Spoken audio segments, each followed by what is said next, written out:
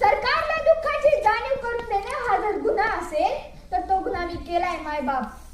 त्यासाठी तुम्ही द्याल ती शिक्षा मी भोगायला तयार आहे. तुम्हीच आम्हाला सांगा आम्ही जगायचं का नाही ते. सरकार शेपूट हलवून मैस जमती पण पाठीवरचा कावळा उडत नाही. तसा आत्महत्येचा विचार आमची पाठ सोडत नाही. कोरड्या आभाळावानी कपाळ असणाऱ्या बायका आणि बिन बापाची लेकरं असल्यासारखी माळावर फिरणारी जनावरं हे सारं गावाला नजर लागली म्हणून नाही झालं. सरकार तर गावाकडे कोणाचीच नजर नाही गेली म्हणून झालं. शिकलो नसतो तर किती सुखात राहिलो असतो. अन्यायाची जाणीवच झाली नसती.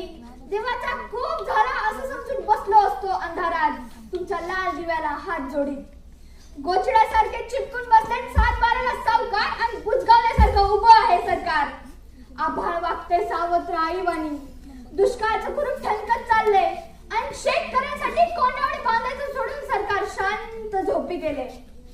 देश महासत्ता होण्याची स्वप्न बघण्यासाठी खिचडीसाठी शाळेत जाणाऱ्या पोरानं चोरून आणलेले 2 घास खाताना त्याच्या बापाला अभिमान वाटावा पोराचा का स्वतःच्या जगण्याची लाज. अजूनंत पाहू नका सरकार. शेताचा मसनवटा झालेला आहे. ज्या दिवशी शेतमालाला भाव मिळत नाही म्हणून मग पीक जातो आम्ही त्या दिवशी तुमच्या नावानं सुतकच पाळतो आम्ही. आता तरी विचार करा नाहीतर 1 किलो गव्हासाठी तुम्ही 1 दिवस अख्खा देश घाण ठेवलेला असेल.